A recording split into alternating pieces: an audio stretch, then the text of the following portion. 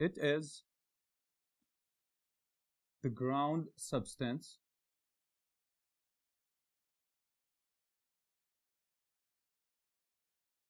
present between nuclear envelope,